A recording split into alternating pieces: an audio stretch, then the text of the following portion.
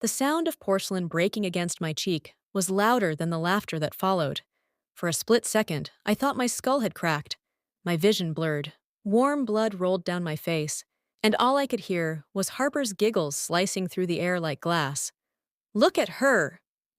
Mason slapped the table, wheezing between his laughs. Can't even take a joke without bleeding all over Mom's good floor. Mom didn't even flinch. She stood there holding the broken edge of the plate, like it was a weapon she'd been dying to use. Maybe, she said slowly, venom dripping from every word. You'll finally learn to keep that useless mouth shut.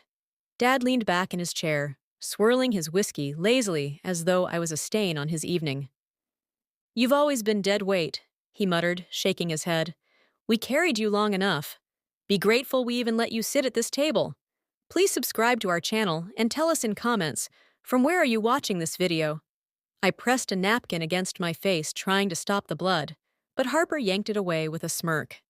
Don't ruin the linen, Jamie, she said sweetly. Mom actually likes those. Mason burst out laughing again. Worthless. Absolutely worthless. You should have been left at the hospital. Their voices were sharp, but what cut deeper was the silence around me. The way everyone else in the room, aunts, uncles, neighbors, just sat there pretending nothing was wrong, sipping their wine and laughing at someone's joke like I wasn't standing there bleeding. Something inside me cracked that night. But it wasn't just bone. It was the last thread of hope. I'd been holding on to the fantasy that if I worked hard enough, loved them enough, I'd finally matter. I stopped crying that moment. I stopped needing them. And for the first time, I saw them clearly. Parasites feeding on their golden image, desperate to look flawless while rotting underneath. I decided then I wouldn't just leave. I wouldn't just survive. I'd burn down the pedestal they built themselves on. I spent the next 2 months playing the part perfectly. I lowered my voice, avoided their eyes, and nodded whenever they called me a burden. To them, I became invisible. Someone broken and beaten, incapable of standing up for myself, which was exactly what I wanted them to believe. But in the background, I was building something. I started small, collecting little pieces. Harper's perfect influencer photos that didn't match her real lifestyle. Bank statements that didn't add up. Snippets of drunken voice notes she sent Mason trash-talking sponsors she'd begged for free products. Mason made it easier than I expected.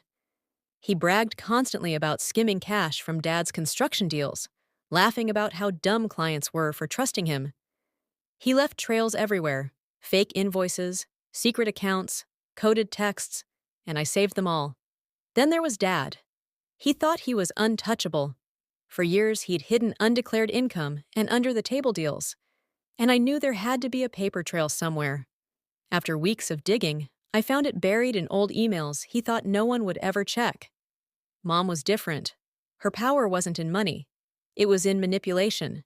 She had this web of texts and emails where she bullied distant relatives, mocked their weight, their marriages, their kids, while painting herself as the martyr. I collected those too, knowing exactly how toxic they'd look in daylight. But gathering dirt wasn't enough. Not for what I had in mind. I didn't want them exposed quietly. I wanted them to destroy themselves. That's when I remembered Ethan Reyes. Dad had ruined Ethan's life 3 years ago, firing him in front of the entire company at a charity gala, accusing him of theft. I'd been there that night. I remembered the way Ethan stood frozen, the humiliation on his face as security escorted him out. I tracked him down, unsure if he'd even talk to me. But when I told him who I was and what I wanted, something dangerous lit up in his eyes. I've been waiting for this, he said. He handed me a flash drive evidence Ethan had kept all these years. Emails proving Dad set him up, fake audits, secret off-book accounts Ethan was blamed for. It was dynamite, and I had the perfect stage to light the fuse.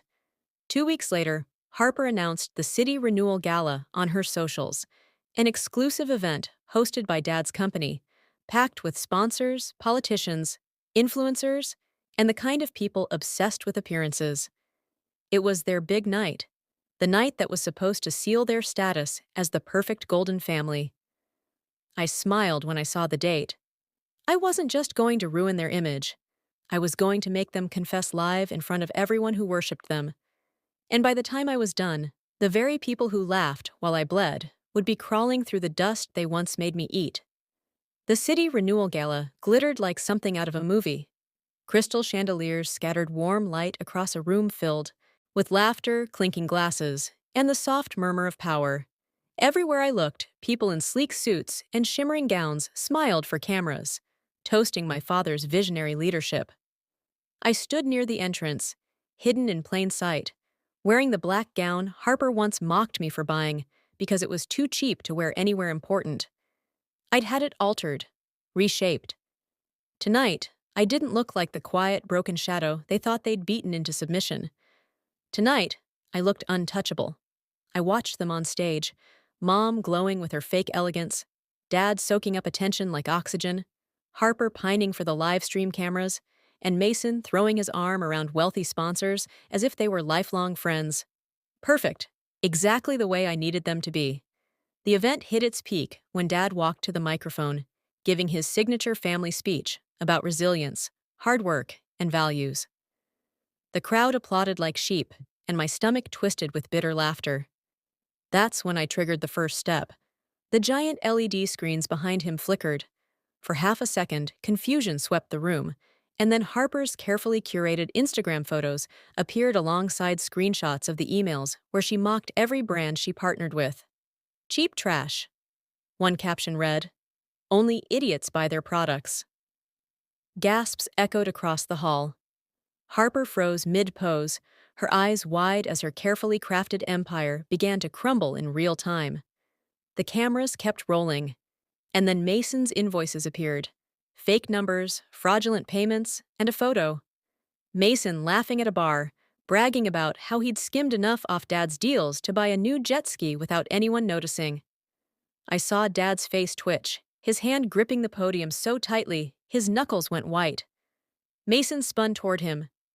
"You knew about this," Mason hissed loud enough for the front row to hear. "Don't you dare look at me like I knew nothing," Dad snapped, his voice sharp as broken glass. "Oh, please," Harper barked, finally breaking character. "You taught us how to cheat, Dad. Don't act so innocent." The microphones were still live. Everyone heard. The sponsors started whispering among themselves. Phones were buzzing, notifications lighting up faces in the crowd. I knew what they were seeing. Ethan and I had timed it perfectly. The drive I'd sent earlier contained every last email proving Dad's tax fraud. Every shady deal he buried under shell companies. It was already trending on Twitter under #GoldenFamilyExposed. I watched Dad's phone vibrate nonstop, his expression morphing from confusion to panic to rage. "This is you!" he snarled at Harper, jabbing a finger in her face. "You ruined us!" "Oh, screw you, Dad," Harper spat back. "This is your mess, not mine." Sponsors started walking out. Camera crews captured every second. Guests whispered loud enough for my parents to hear, "Fraud!" Liars thought they were untouchable. Mom's perfect composure finally cracked. "Stop fighting," she hissed, grabbing Dad's arm. "We can fix this if we stay united." But Mason shoved Harper. Harper shoved him back.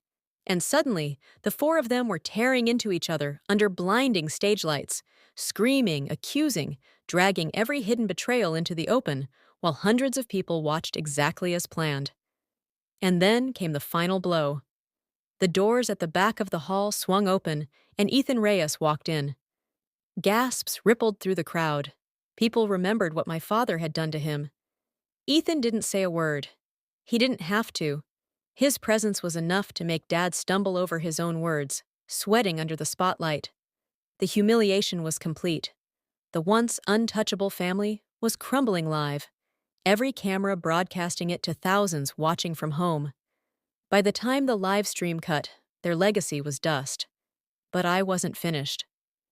I stood in the hallway outside the gala hall, the muffled shouting of my family bleeding through the double doors behind me. The live stream had ended, but the storm was just beginning. My palms were damp, my chest tight, but I couldn't stop now. Tonight wasn't about humiliation alone. It was about taking away everything they had built on my pain. Ethan stepped beside me, his jaw tight, his tailored suit sharp as a knife. Years ago, my father had destroyed him, cheated him out of his company, mocked him publicly, and left him bankrupt while my family celebrated over champagne. Now he was my silent partner, the ghost my parents thought they'd buried. "You ready?" he asked quietly. I nodded once. It's time. By the next morning, the world had already devoured the chaos from the gala. Harper's brand sponsors had terminated every deal. Mason's fraudulent invoices went viral on Twitter and LinkedIn, obliterating his business genius image overnight. Dad's name trended under #golden fraud, while investigative journalists ripped apart every contract he'd ever signed. But my revenge wasn't just exposing them. I wanted them stripped of power. Ethan and I had spent months preparing for this. Through his network, he'd acquired controlling interest in family's biggest source of pride, Reynolds Development Group. The company Dad used to wave like a trophy in everyone's faces. By noon, the takeover was finalized. By evening, their access cards no longer worked. I watched from the cafe across the street as Dad stormed up to the glass doors, yanking at the handle like a desperate man drowning. Security stopped him cold. "This is my company," he shouted. "Not anymore, Mr. Reynolds," the guard replied calmly. "Ownership transferred this morning. You'll need to schedule an appointment if you want access." The look on his face, God, I'll never forget it.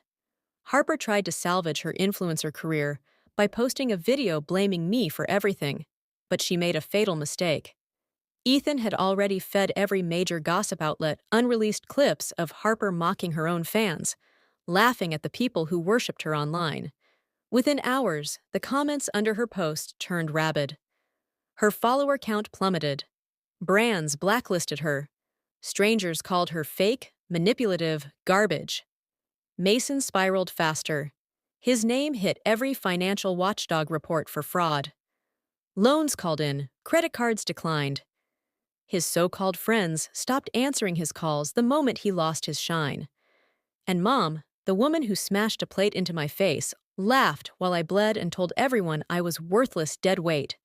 She begged me to meet her at the house. I went. The once spotless cold palace looked like a war zone, newspapers piled at the door. Unopened bills stacked high on the counter. Mom sitting on the couch with hollow eyes. "You did this," she whispered, her voice cracked and thin. I crouched in front of her, meeting her gaze for the first time in years. "No, Mom," I said softly. "You did this. I just gave the world the receipts." The final nail came a week later at the quarterly city council meeting. For decades, Dad held that seat like a king on his throne, using it to secure contracts, favors, and status. But when the council voted unanimously to strip him of his position, thanks to Ethan presenting a mountain of evidence we'd collected, Dad walked out of that chamber, pale, shaking, and utterly broken. I stood on the steps outside as he passed me, his eyes glassy with defeat. "You ruined us," he rasped. I smiled small, quiet, but sharp. "No, Dad. I just gave you exactly what you gave me." They lost everything: the company, the money, the influence, the carefully constructed golden image. And Ethan. He now sat where my father once ruled, running Reynolds Development Group with a steady hand and quiet dignity. The man my parents humiliated now owned the empire they built on cruelty. I didn't need their apology. I didn't need their love. I had something better. The power they thought I'd never have. Please subscribe to our channel and tell us in comments from where are you watching.